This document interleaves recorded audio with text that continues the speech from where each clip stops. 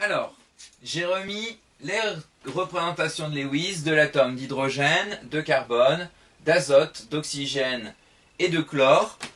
Comme je vous l'ai dit, les autres atomes qui appartiennent à la même colonne formeront le même type de structure de Lewis. On va compter ce qu'on appelle leurs électrons propres. Eh bien, leurs électrons propres, c'est facile, ça se calcule avec le nombre de points et de traits. Un point, ça vaut 1. Un trait, ça vaut 2. Donc ici, j'ai combien d'électrons propres? J'ai un électron propre. Alors ensuite, ici le carbone, je vois que j'ai 4 points autour du carbone, donc j'ai 4 électrons propres.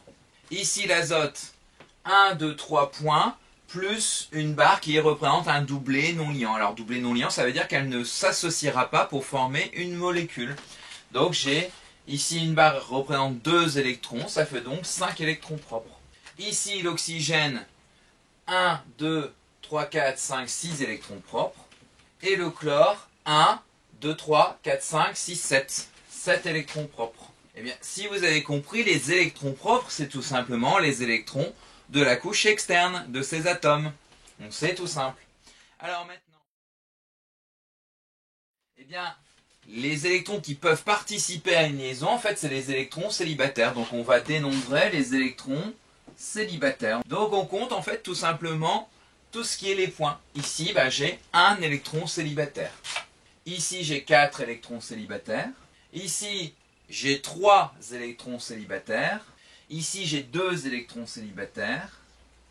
Et ici, j'ai 1 électron célibataire. Ça devrait vous faire penser à quelque chose. Ça devrait vous faire penser à la charge, qu'elle soit positive ou négative, qu'acquiert un atome lorsqu'il gagne ou perd des électrons. Puisque le chlore, si vous vous souvenez, il doit gagner un électron pour ressembler à l'atome qui est le plus proche de lui, qui est donc l'argon. Donc il aura un électron à partager avec les autres, puisqu'il ne lui manque plus qu'un électron pour être électriquement stable.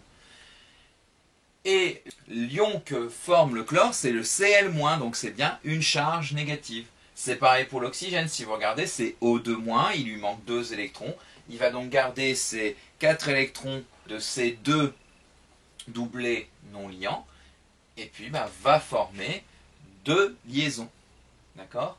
Ici, j'ai la possibilité de former 3 liaisons. Et ici, j'ai la possibilité de former 4 liaisons, etc. etc. Alors, du coup, le nombre d'électrons célibataires, ça nous donne le nombre de liaisons disponibles pour former une molécule.